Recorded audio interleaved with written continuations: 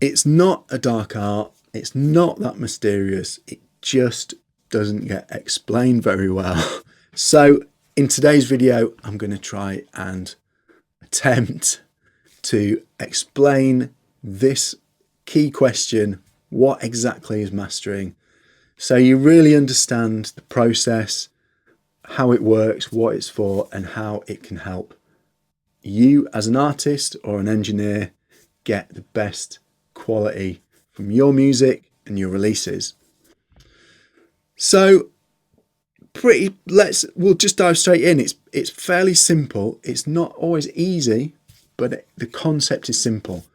Mastering purely is preparing your finished mixes, and they've got to be finished, for the desired format. So that could be streaming, that could be CD, that could be vinyl.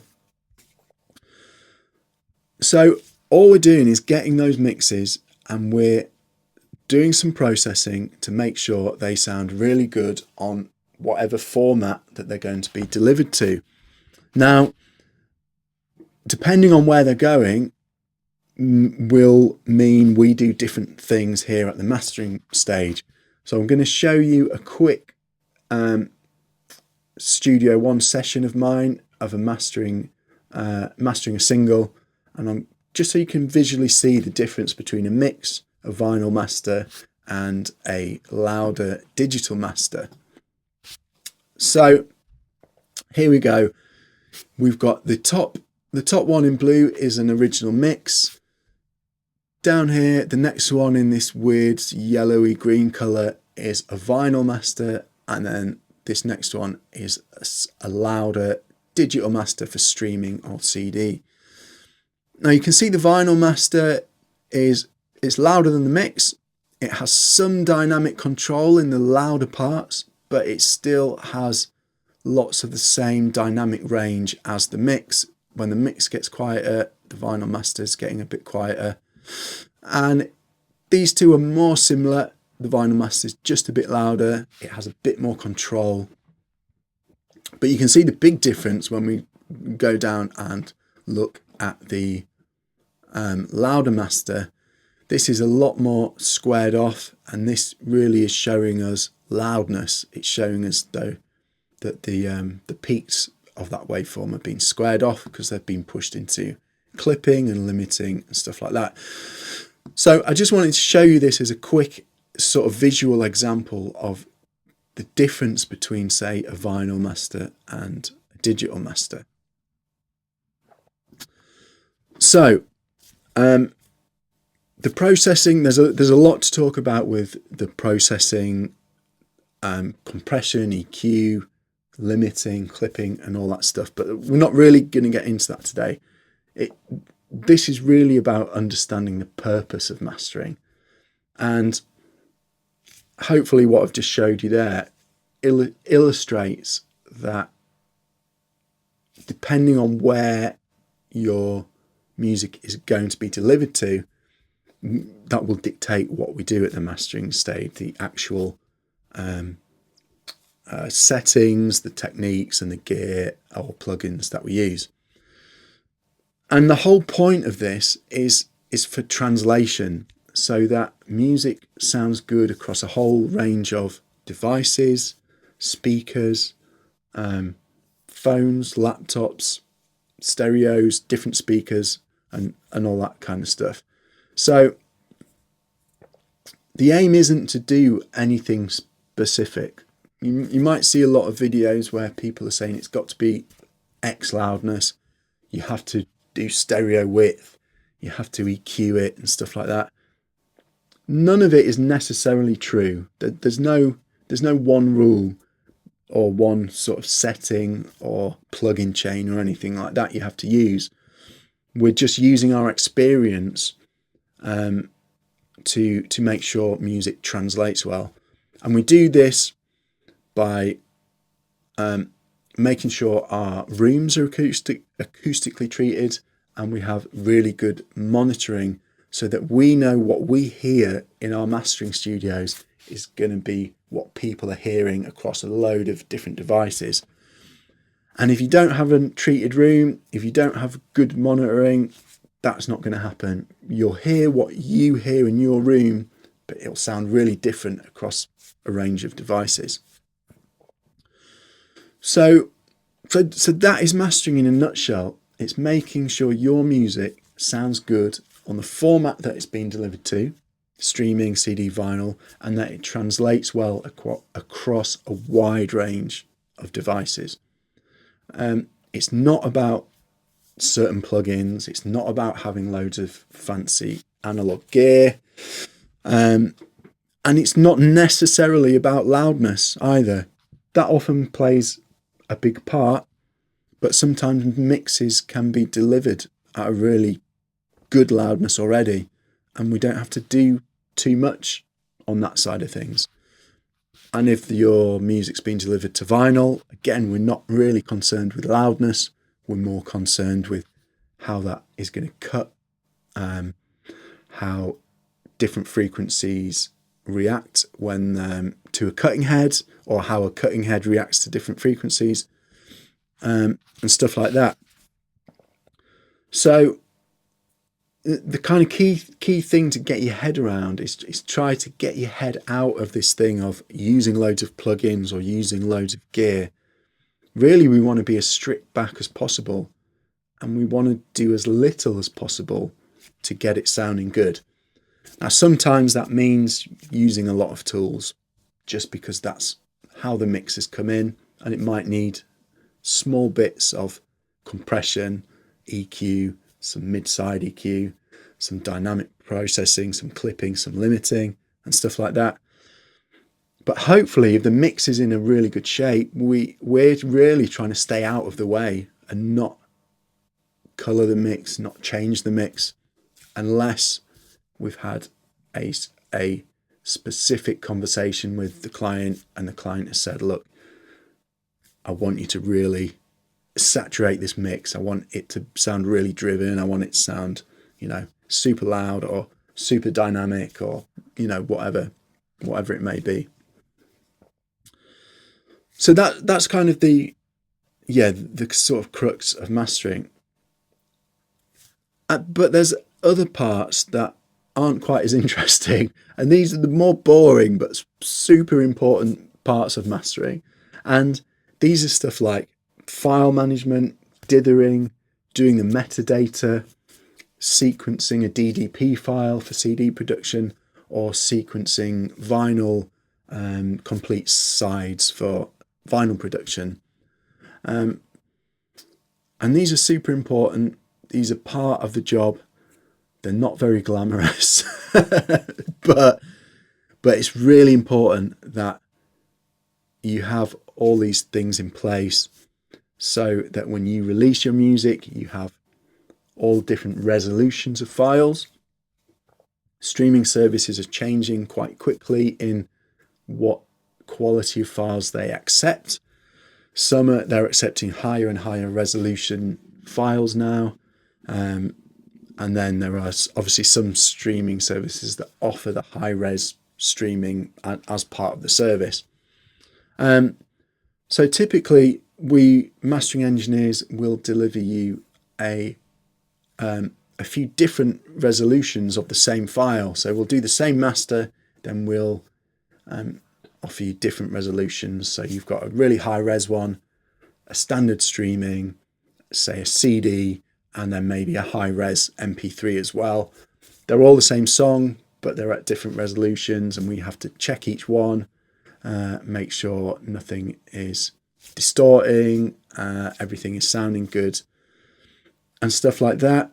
And then there's stuff like adding the metadata, adding IRSC codes, so that you get your royalties, adding metadata, so all the names of the artists, tracks and albums are all there. And then the vinyl sequencing as well, which is super important. When a record is being cut, it's cut as one complete, each side of the record is cut as one complete file. So we provide the pressing plant or the cutting engineer with one WAV file for side A, and that has all the gaps in between songs. So that's something we need to actually go through and make a decision on, because it might not sound too important, but having the right gaps between songs can really add or detract from the overall feeling of an album. You know, imagine a nice sort of dreamy, ethereal folk track, and then as soon as a track ends, bang, another one starts, and you're a bit, it can be a bit of a shock. So subtle things like that can make a really big difference to the listening experience. And so that's another thing that we take care of at the mastering stage. And the whole project management thing also comes into play as well. We keep all the files here. Often we keep them in several places on a computer, a separate hard drive, and then maybe an archive hard drive as well. We back up everything every so often.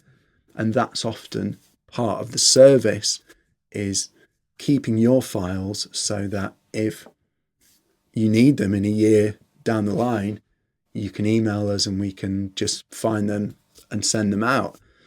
And that happens more than you might think. You might have a band release a single, and then 6 months or a year later, that song might get picked up and used for a film or for a TV series. And then they suddenly need an instrumental version doing, or a different edit doing, or something like that. Or they might just have lost the masters, which happens quite frequently. So that's another part, another sort of boring part of the mastering. It's not all playing with gear and, you know, tweaking the sound and cutting records. Some of it is quite, it's not necessarily boring. It's more sort of managerial, shall we say, that kind of side with it. So yeah, this is what I'm trying to get your head around, that mastering isn't as much just making stuff really loud as you might think. There's a lot of subtlety. There's a lot of sort of careful and deliberate work, both on the audio and both on the file management, exporting, and delivery side of things too. And then one thing that I personally do with a lot of my clients, because I cut vinyl here, I'm quite into the world of vinyl and records, is I will liaise with pressing plants. I will liaise with lacquer cutting engineers or galvanics engineers on behalf of clients too. Quite a lot of the time people will come and they know they want their music on vinyl, but they're not quite sure where to even start. So because I've been doing this a long time and I cut records myself, it's quite a small world, the record cutting world. So I know a lot of people in pressing plants, galvanics places, and other cutting engineers as well. So part of my mastering service is actually liaising with those people on behalf of my clients, because I kind of know the terminology, I know the shorthand, I know how to talk to people and explain things in a clear way, whereas someone who's never dealt with a pressing plant or never dealt with getting vinyl made might not know exactly what all the terminology means, and they might not even know what they need or what they need to provide. So again, that's another side of mastering that's not really talked about as much, is the sort of project management side, but it's super important. It's a big part of it, and it's a big part of helping artists and labels get their music released efficiently and in a really good way. I'm trying to think of a better phrase than just a good way. But yeah, in a way where everyone knows what's going on. I guess that's the point I'm trying to get to. Yeah, everyone sort of really understands the release process, or how to submit to a digital distributor, how to submit to a pressing plant and all that kind of stuff as well. So there you go. That's my video for today. That's just a little quick ramble on exactly what mastering is. Hopefully it's been helpful or interesting. These are just going to be a series of unedited, quick videos. I'm really trying to keep up my YouTube channel, but I'm so busy mastering and cutting records that the only way I can do this is to just hit record on the camera, not do any editing. I don't have time to edit videos or anything like that, and just upload them. So if you've got any questions, please drop them in the comments and I'll make some more videos. I've got a list of stuff I'm going to do. You might have seen my previous video about restoring the vinyl cutting lathe, which is over here. That's part of it. I'm spray painting that soon, so I'll show you the process behind that and putting it back together. I've also got some mastering walkthrough ideas to do and loads of other stuff. So if you're into mastering vinyl and that whole world, do a like, subscribe button and all that good stuff. I don't have a course. I'm not selling plugins. I don't have affiliate links. I don't give a shit about any of that stuff. I like mastering and cutting records. That's really what I'm here to do. But I also like talking about it and sharing my experience with people. So yeah, let's chat in the comments. Feel free to get in touch with any questions. And as always, I hope you're all well and I'll speak to you soon.